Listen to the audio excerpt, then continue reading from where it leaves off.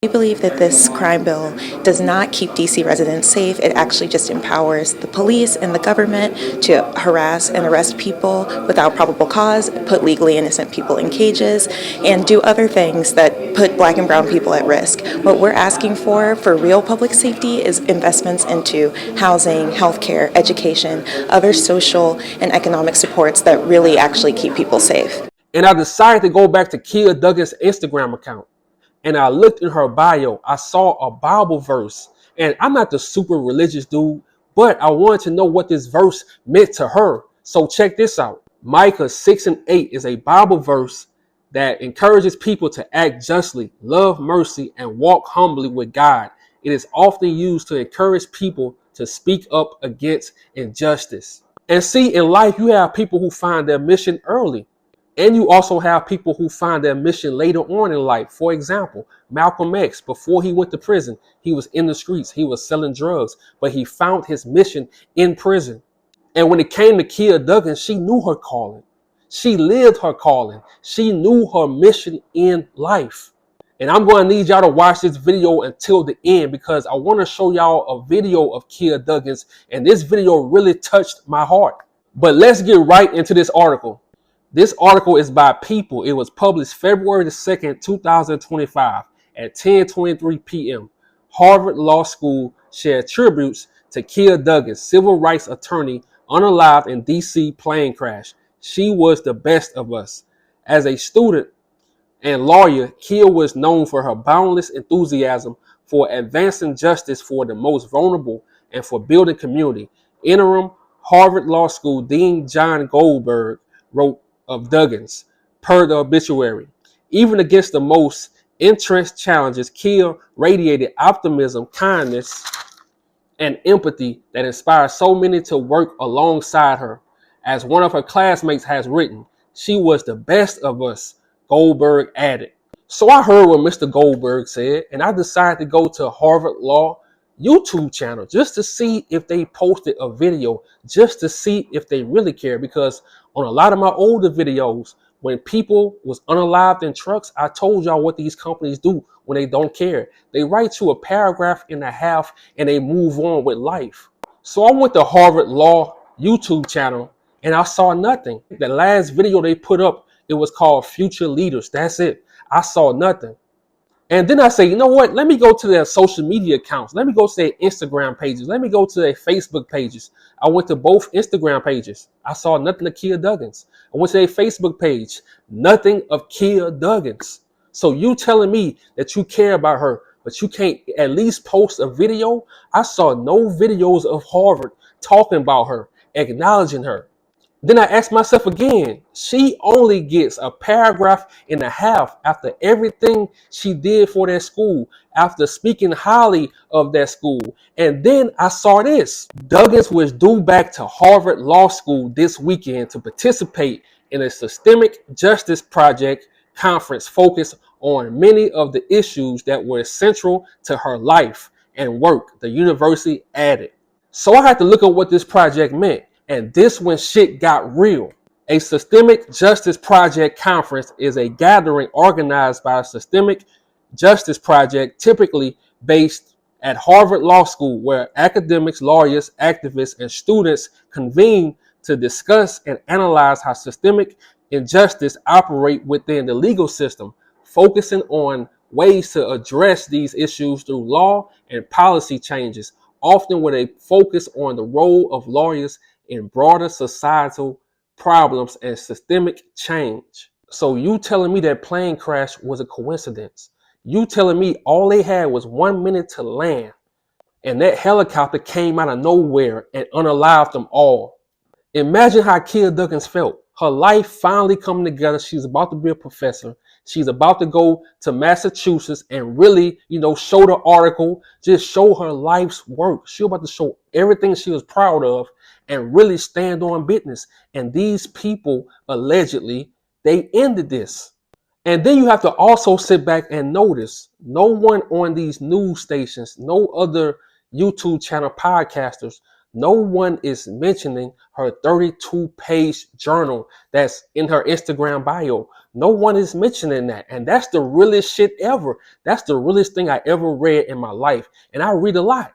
A black woman with no fear. She was smart and she was a natural born leader. Once they read that 32-page journal that she wrote, man, these people couldn't have her around. They couldn't have her going to Howard and speaking to other students and teaching other students. They couldn't have that. And then I took another look at this Instagram account. It was ran by her. See, I didn't know that until last night. This account was ran by her. And this account was for black students at Harvard Law to come and post whatever they was going through, whatever racism they was encountering on that campus. And I want y'all to go read it. I want y'all to go read what those students was putting on there. And do you think the dean, Mr. Dean John Goldberg, do you think he was proud of that? Do you think he was happy of that? Do you think he really liked her after that? When she had people exposing who Harvard really was? And then I said, damn, that's the reason why you will not see any videos. That's why you will never see that dean making a video and acknowledging her, because you will see his eyes. You will see the hatred he had for her. You will see the jealousy he had of her. That's why you don't see no videos. She only got a paragraph and a half. That's it. But imagine graduating from Harvard Law and then you go to Howard, a HBCU, and become a professor. And like I say, you think these people from Harvard, you think they wanted her to go to Howard, a HBCU, and teach those black kids what she learned at Harvard. All the secrets, everything, because I believe she was really smart. I believe she was going behind the scenes and find out what Harvard really is about. And look, this video is not to talk down on Harvard to make you, or your family members not want to go. I'm just saying, before you go, do your research, because I did mine. Check this out. Tamara Lanier sued Harvard University in 2019 for wrongfully seizing, possessing, and profiting from photographs of enslaved people. The photos were taken in 1850 by Harvard professor Louis Agassiz. The photos were hidden in Harvard Museum until 1976. And look, that case started in 2019. I'm pretty sure Kiah Duggins knew about this, and this was another turning point in her life. But that's not it. It gets worse. Yes, Harvard University's Houghton Library previously had a book bound in human skin, but the binding was removed in March 2024. The book, Des Destiny de l'Âme by Arsari Hussaye, was bound with skin from a deceased female patient. So you telling me for years, for decades, these people was able to get away with making a book made of human skin? And not only the book, they was able to get away with having pictures and making money from those pictures. And I'm gonna ask y'all again, do you think that plane crash was a coincidence? And guess what? It didn't stop there. Check this out. Among Harvard's vast museum collections are the remains of thousands of individuals. Many of these human remains are thought to belong to indigenous people, and at least 15 are individuals of African descent who may have been enslaved. And of course, they're going to tell you 15, African people, 15 black people. They can't tell you the real number. So yesterday I told y'all about a movie called They Cloned Tyrone, and it had another powerful scene in it. Every time someone died, every time someone got shot, it was a black SUV that came out of nowhere, no matter what time of the day it was, and it picked that person up, it threw them in the SUV, and it took them to a trap house. But inside the trap house, it was a warehouse, and they was cloning people. And if you go back to the articles and go back to the news, like I told you, it was a black SUV in the movie. It came out of nowhere all the time throughout the movie. If you go back to the article, if you go back to the videos, what hit that plane? It was a Black Hawk.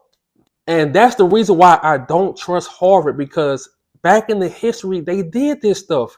You can die under them. You can die by going to school for them. Move on with your life, and something happened to you. I promise you, they will find a way, I'm going to say allegedly, to get your bones, get your remains, get your brain, and put it in their museum. Teach their students. That's what they do. So when it comes to them, I don't trust them. And like I say, this channel, my channel, is to talk about the truth of Kiah Duggins. We're not just pacifying people and saying, oh, she was just this nice little girl and forget about her. No, she did too much work for us just to move on and forget about her. So like I say, rest in peace to everyone that was on that flight. Black, white, Russian, I don't care. Rest in peace to everyone that was on that flight. Because like I say, this is not right. Those people had a life to live. Those people were looking forward to stuff. Those people didn't deserve this. And rest in peace to Kiah Duggins. Like I say, this channel, we gonna keep your name alive. And like I promised y'all, here's a video from Kiah Duggins. I think my favorite false memory is going to Nigeria, around the Lagos area, and we went to a place called the Point of No Return. It's very likely that some of my ancestors passed through there, and so it was really meaningful to go back to the Point of No Return, and to not only go back, but to go back within the context of like being a Harvard Law student, having a much higher, much more privilege and power than probably my ancestors had, and thinking really critically about what I can do to help other people. Because, you know, these kinds of oppressive things are still happening. They never stopped. And so it really like deeply made me think about like, how can I like make my ancestors proud? And before I go, I want to tell you this, Professor Kiah Duggins. The ancestors are proud of you. We are proud of you. I'm out.